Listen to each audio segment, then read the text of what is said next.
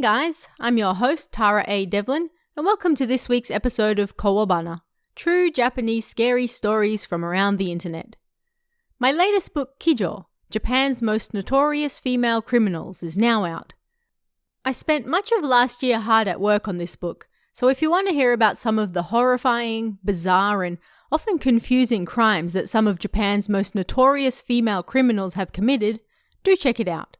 It's available on Amazon right now. Welcome back to our first episode for the new year. I hope you had some relaxing holidays, if you had any at all, and I hope you're ready for another fantastic year of Kowabana. So, let's head right on in. This week, we're looking at a few tales of the terrifying, otherworldly things you might encounter out in Japan's many, many mountains. First up, a man looks back on his childhood and the holidays he used to spend in his grandfather's tiny mountain village. There's a forest out there that he's warned never to enter. But of course, things go wrong one day and, well, find out what happens in Mountain Kami of Nakatsumori.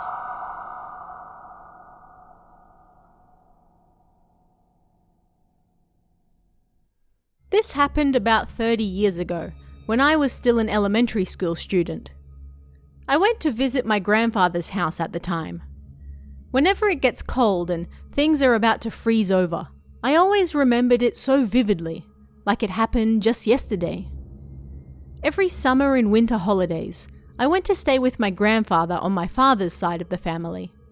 I spent every single summer and winter with him, and during this particular winter, he once again greeted me with a kind smile as big and warm as the sun. "Welcome, Kay," he said. "Have you gotten bigger since I last saw you?" I jumped into his arms for a hug like always, and we spent our time together like we always did, bathing together and sleeping in the same room. My grandmother had already passed away long ago, so my grandfather lived alone in a tiny house. I think he no doubt looked forward to my visits every time as well. My grandfather lived in a tiny village in the mountains of the Tohoku region. Every year when I visited him, I was filled with excitement at the adventures that awaited me. I lived in the city at the time, so everything about where my grandfather lived was so fresh. The clear flowing rivers, the magnificent mountains, the fresh trees. Everything about nature felt so divine, and I loved it. Especially when it snowed in winter, everything seemed to sparkle like silver, and it was a sight you don't really get to see in the city. But the thing I loved most of all was, of course, my grandfather. He was always so calm and gentle, and he never got angry at me. With his gentle personality and carefree smile, everybody loved him. Everyone always found themselves smiling around him like flowers suddenly blooming. My grandfather was a farmer, but he was also a matagi, a hunter, so he knew everything about the mountains. As a man who lived with nature, and as a man who also claimed lives within nature as a hunter, he valued the preciousness of life, the importance of nature, and harmony more than anyone else. One morning, after I'd been at his house for about a week, I went out to build a hideout with two of my friends from the village, A and B. "I'll see you later, Grandpa. Thanks for the rice balls." "Okay, be careful. Don't fall in the river, okay? And don't go too far." "Oh, hang on, Kay." "What?" "Listen to me, boy. I've told you this several times now, but you must never go into Nakatsumori, okay?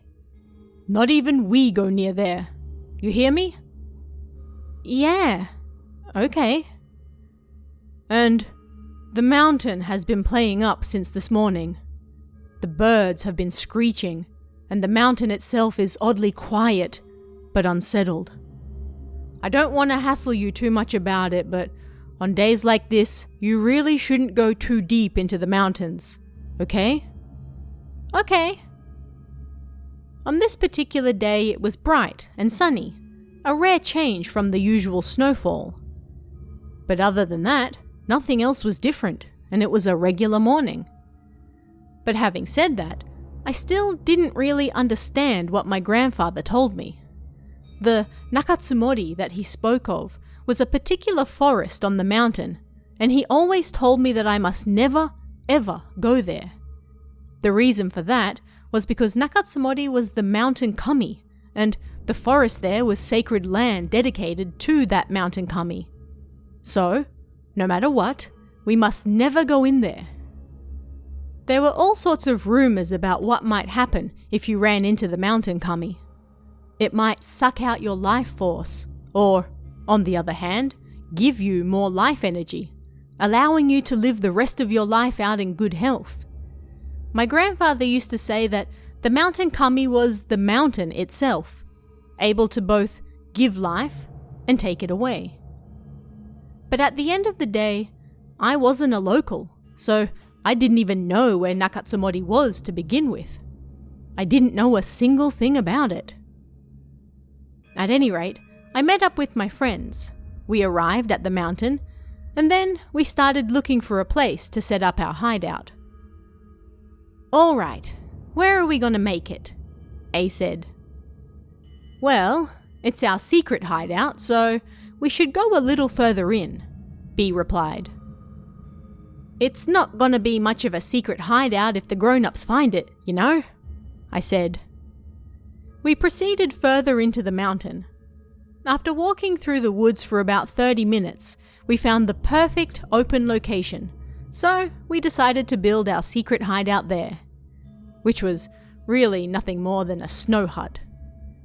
It was already past lunchtime by that point, so we immersed ourselves in building whilst we ate. As the sun started to set that evening, A seemed uncomfortable and kept staring into the distance. "What's wrong?" I asked him. "Something about the mountain seems strange today. It's different to usual," he answered. I had no idea what he was talking about. The only thing I saw was the mountain, and it looked the same to me as it always did. But still, what he was saying did share some overlap with what my grandfather said to me that morning. "What do you mean?" I asked. "I don't really know either, but it's like the mountain itself is shaking. It's strange that there isn't any wind either. It's not cold, nor warm. See? Look!" A pointed deep into the trees, and a group of 5 or 6 deer ran off. Then a flock of birds flew over our heads, making a lot of noise like they were being chased by something.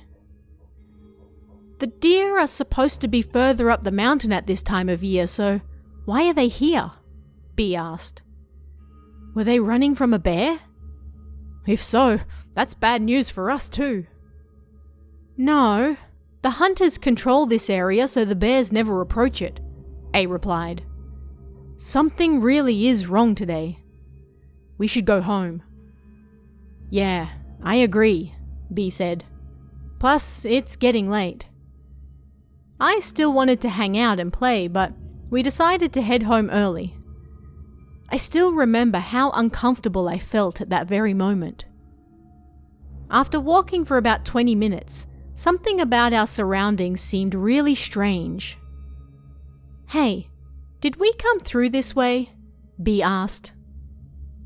"I don't remember seeing that huge rock when we came through the first time." "Yeah. Shall we go right? It might be that way," A replied. But even that way was wrong. We were completely lost. Now, I didn't know the area that well, but A and B were locals. This was their mountain. They always played out there. It was like their own backyard, and they never got lost. How long did we walk for? We had no idea what time it was, how far we had walked, nor even where we were. We seemed to be walking around the same spot in circles. We were at a complete loss. At some point, we had ended up deep in a forest, and perhaps because of the shorter winter days, or Maybe just because the trees above us were so thick, but everything around us started getting darker and darker. At some point, it had also started to snow, and it was getting much, much colder. I was beginning to grow afraid. Before long, the sun started to set, and then the bell back at the village hall rang, signifying it was 5 p.m. "It's 5 already! Where are we?" I asked. "I don't know," A replied. "But this is weird. We've never gotten lost this close to home before." "My dad is gonna lose it if I get home late," B said. "We have to hurry." But we were also exhausted, so we sat down wherever we could. It was customary for kids to carry torches in my grandfather's village, so thankfully we all had one. "I'm so tired," B said. "I want to go home.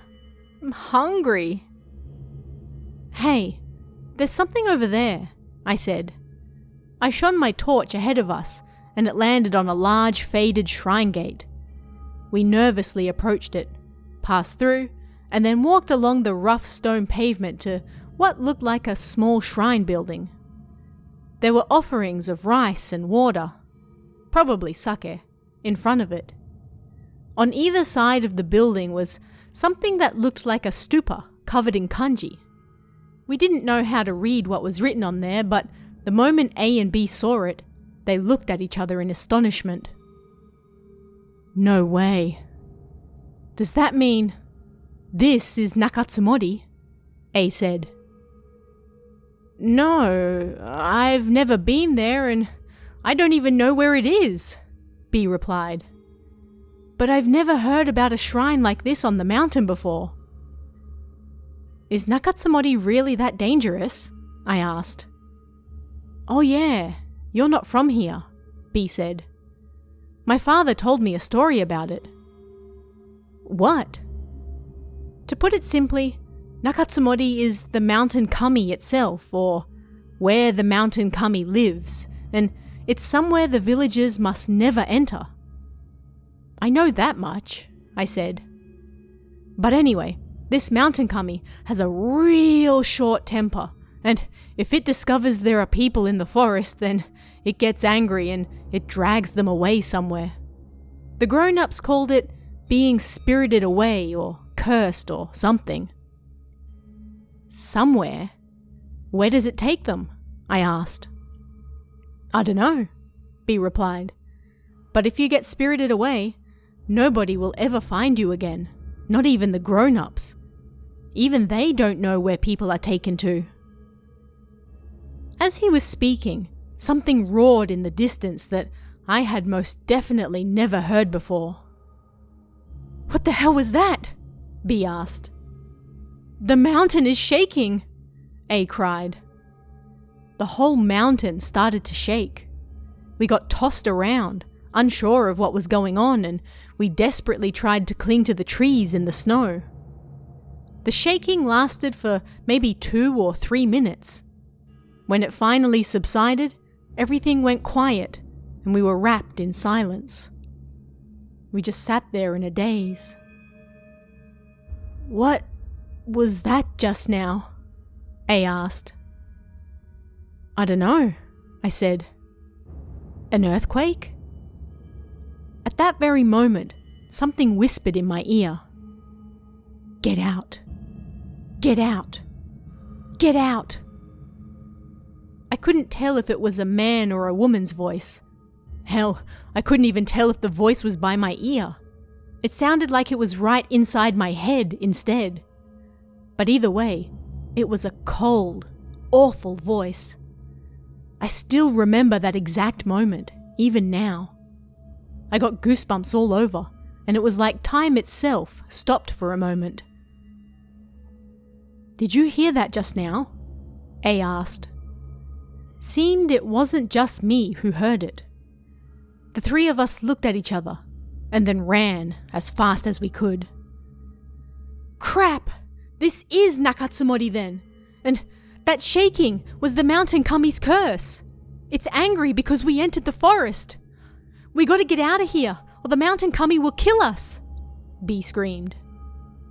"Quickly, we gotta get out of here right now," A yelled. Honestly, at the time I was so confused that I had no idea what was going on. We kept running through the darkness, falling over numerous times and running into tree branches and stuff, but there was no time to worry about that. We didn't care which way we were running, not even if we were running towards home.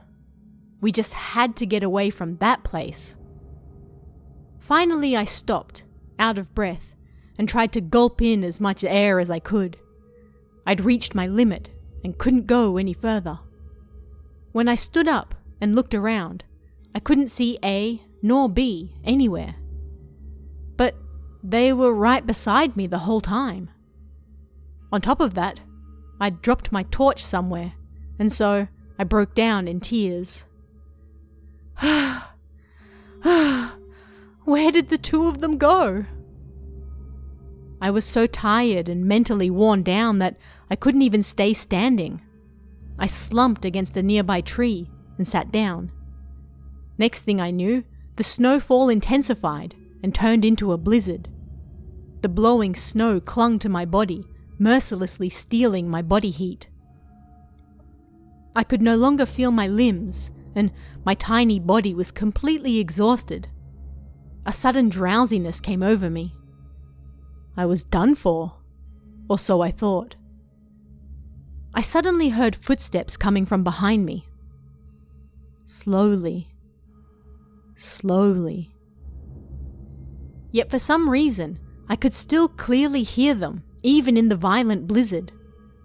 It was too dark to see who the owner of the footsteps was, but someone was quietly walking towards me in the darkness. All of my senses had been dulled, but at that point, they seemed more honed and sharpened than ever. Like I was suddenly more wide awake than ever. It was a strange feeling. Who would be in a place like this at night? It had to be the mountain kami following me. As the thought hit me, I couldn't stop shaking. I had to run, I thought, but it was like my body was frozen and I couldn't move even an inch. My heart was pounding so hard I thought it might explode, and I feared that the sound of it might give me away. The footsteps gradually got closer and closer, and I clutched my clothes tightly as I trembled. The footsteps were right behind me. Then, the sound suddenly stopped. My back was so rigid that I thought even my breath had stopped as well. How much time passed as I waited? I was so relieved that nothing happened that the tension seemed to snap like a string, and I took in a big gulp of air. Was I okay now? I readied myself, and then turned around. Nobody was there. Nothing but the roar of the violent blizzard. What on earth had just happened? But thank God. Relieved, I turned back to the front. What I saw there made my breath catch in my throat. A woman in a pure white kimono looked down at me. She was not even 1 meter away. My memory is a little hazy, but I think she was about 2 meters tall, and both her arms and legs were unusually long. I was unable to comprehend the scene in front of me, so I just trembled. The woman's cold, robotic expression in the moonlight was so creepy and made her look just like Yuki Onna. When our eyes met, she leaned down towards my face and then peered at me. As she looked at me, a smile grew on her lips. I tried to close my eyes or turn my face, but for some reason my body wouldn't listen to me. I just kept staring straight at the woman. I was like a frog caught in a snake's glare, and I struggled to hold back my trembling. I caught a glimpse of her face, and it was horrifying. Her long black hair hung down to her shoulders, both at the front and back, and beneath that hair I could see her bloodshot eyes and colourless lips twisted in a horrifying grin. It was impossible to tell from her expression whether she was angry, happy, or maybe even sad. Then, suddenly, she grabbed my right wrist. I was so scared that I let out a small gasp of surprise. She grabbed me with such terrifying strength that my arm started to hurt. Ow! Ow! I kept screaming and trying to shake her off. But whether it was the cold or my fear, I was unable to get my body to do what I wanted, and I had little strength to fight her off. And the voice that came out as I screamed was almost inaudible, like something was caught in my throat.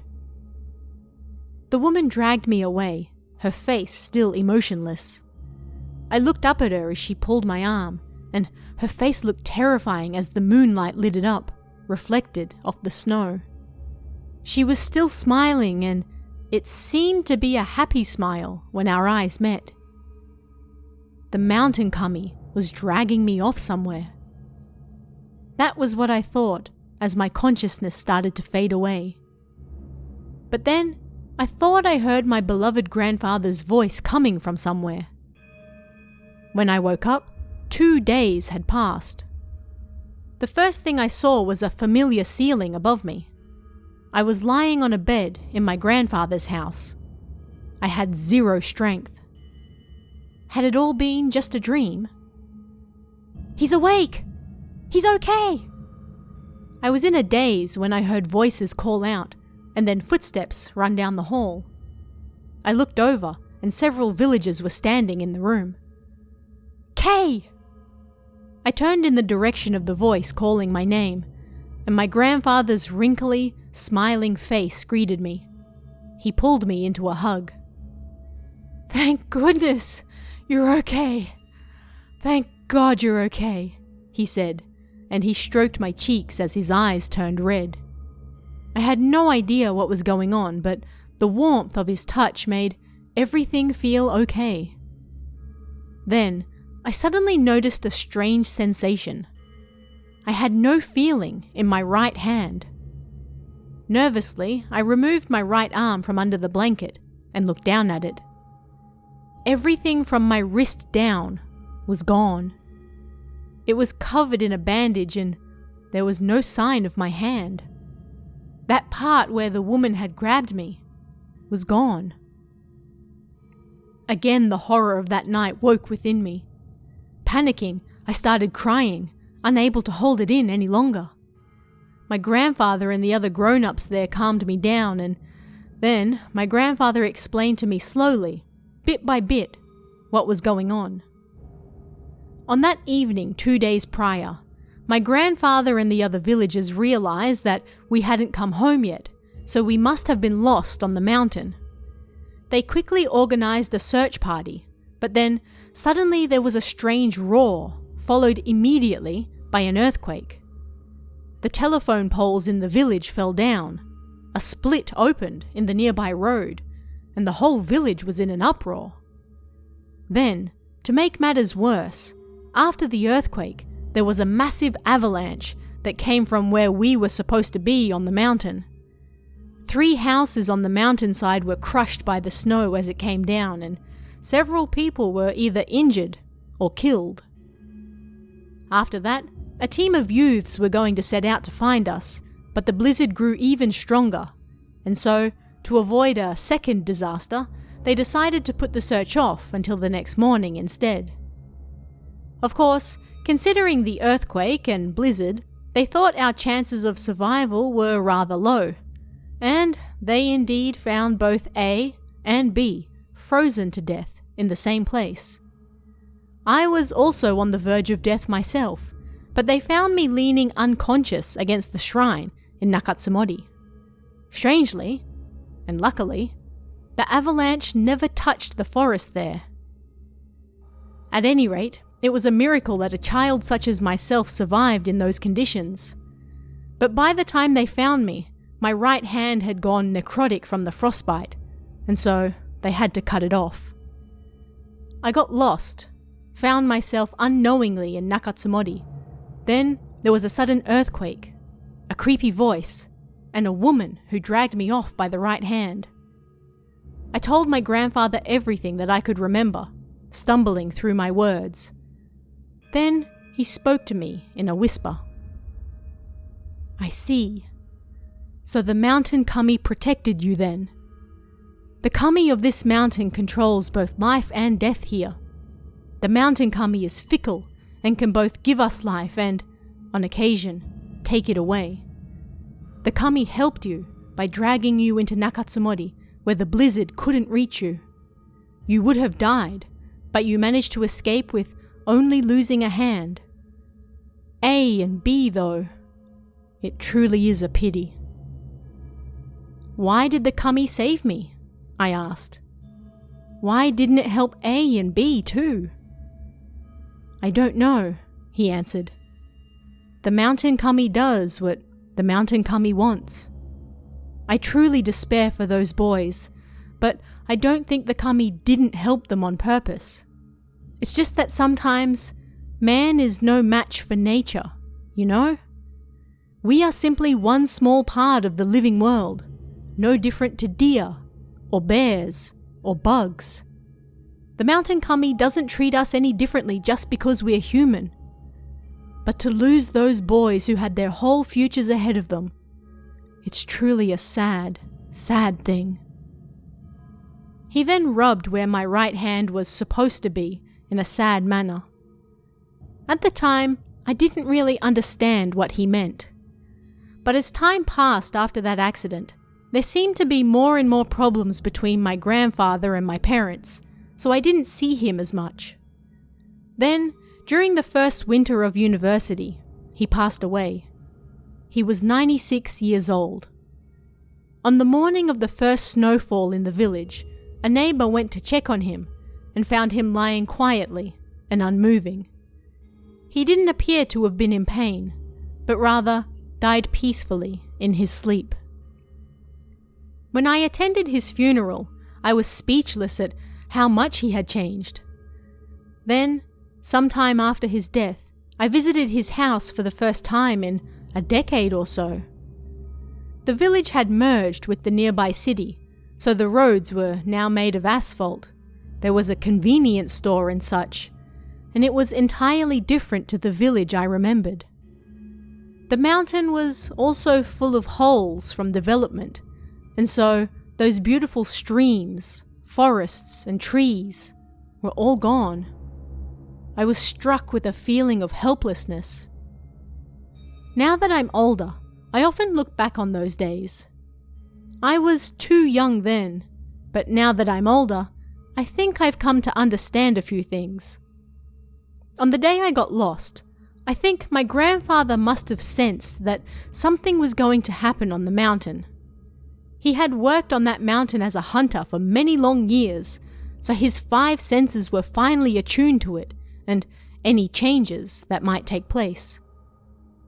And the mountain kami of Nakatsumori. Thinking back on it now, when I heard "get out" in my head, I think it was a warning from the kami to run away because an avalanche was coming. I also later learnt that the mountain kami was the personification of the mountain itself, both its spirit and its life.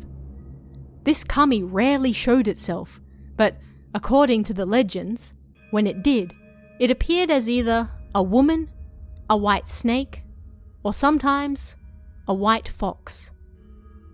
People worshipped the mountain kami, respected it, and when they died, they returned to the mountain, to nature, to again become part of it.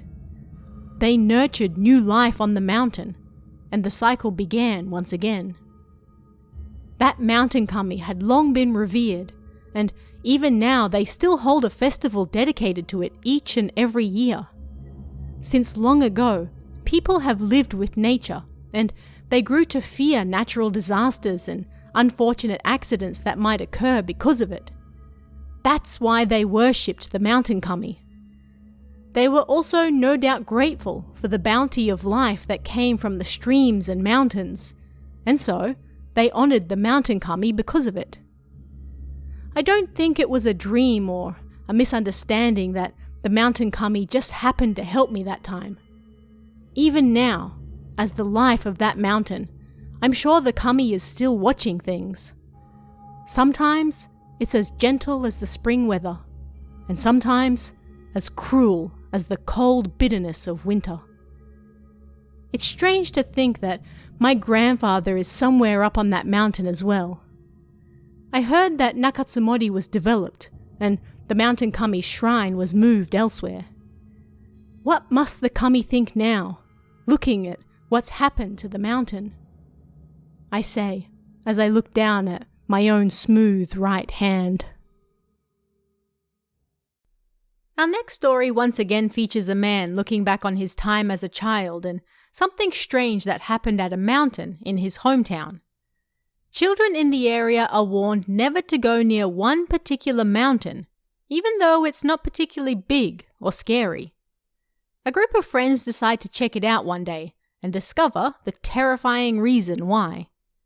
Find out in Otsuki-san.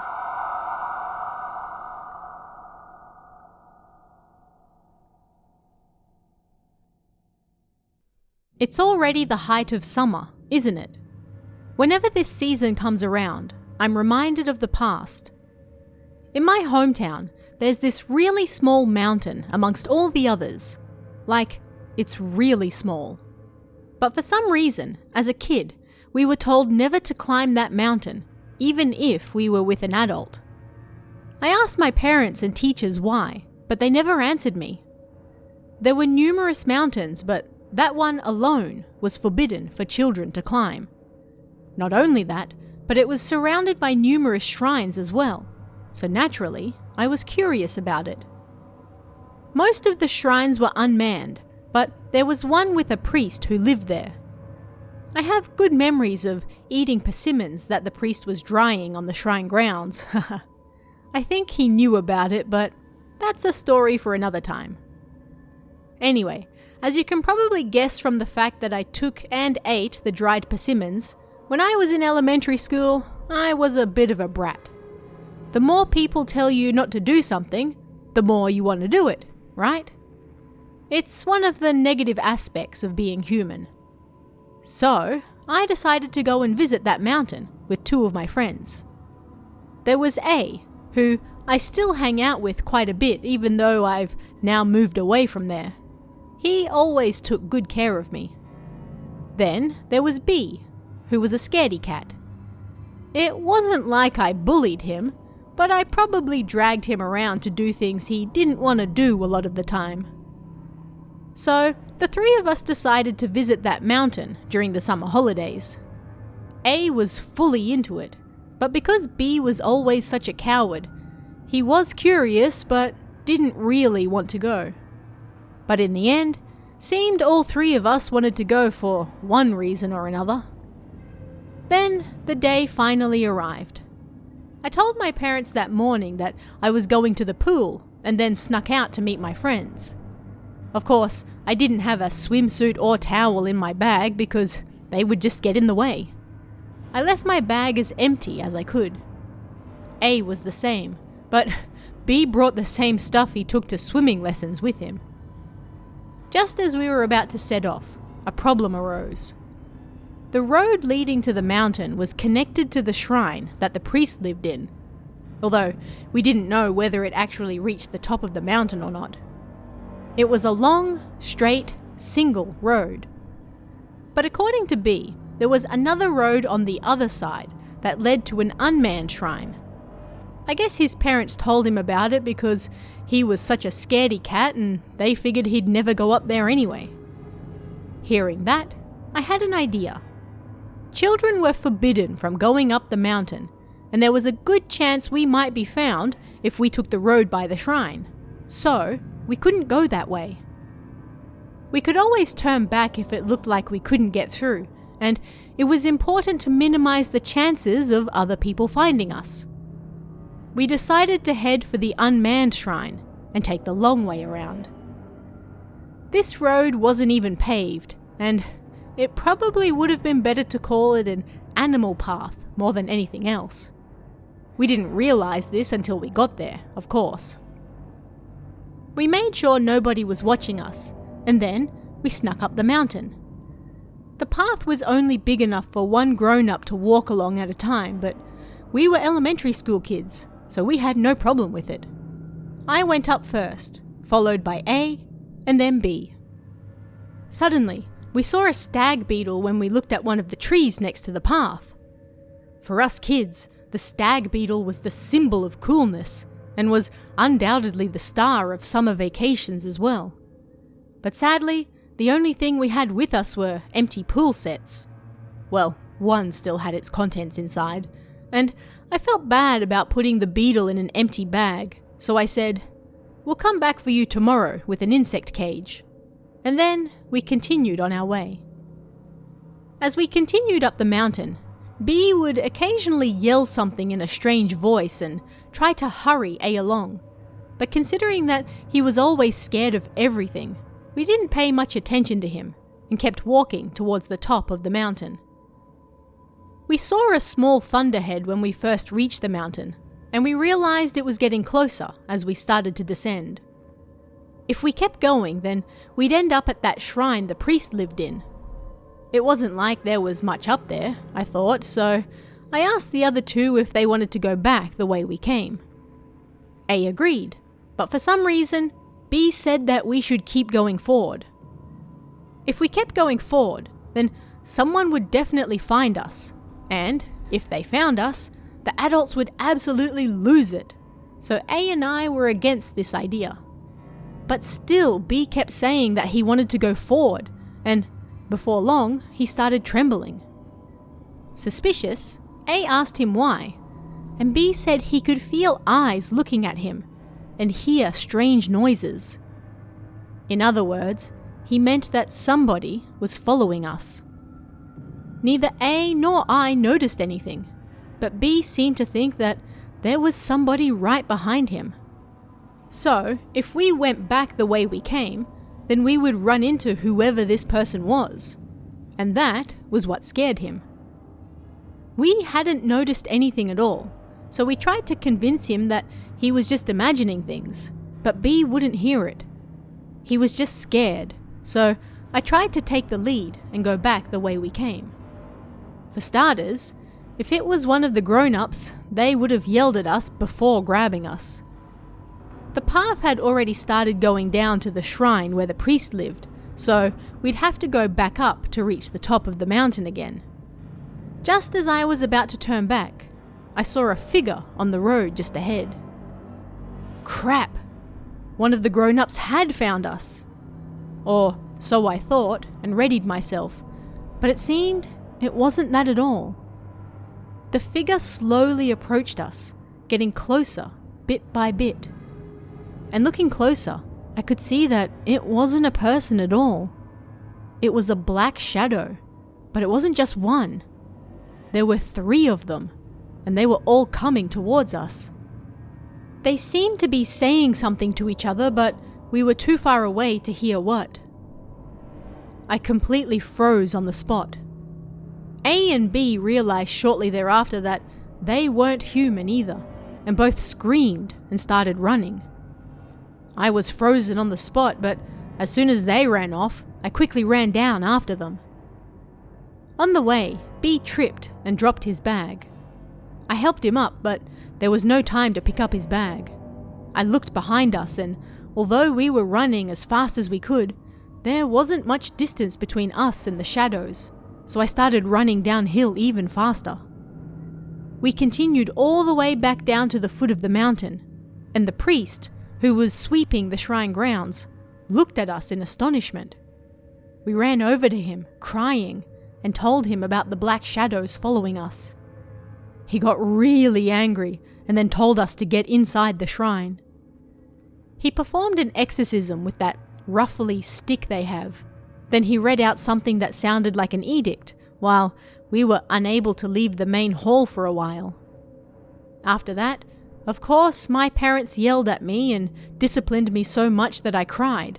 And even though it was the summer holidays, I had to go to school, and then my teacher told me off as well. The priest also told A and I that we had to stay away from the mountain until we were told it was okay again, and we realized that we had caused a lot of trouble for those around us. But B alone was told that not only could he not go near the mountain again, but he mustn't even go near the shrine either.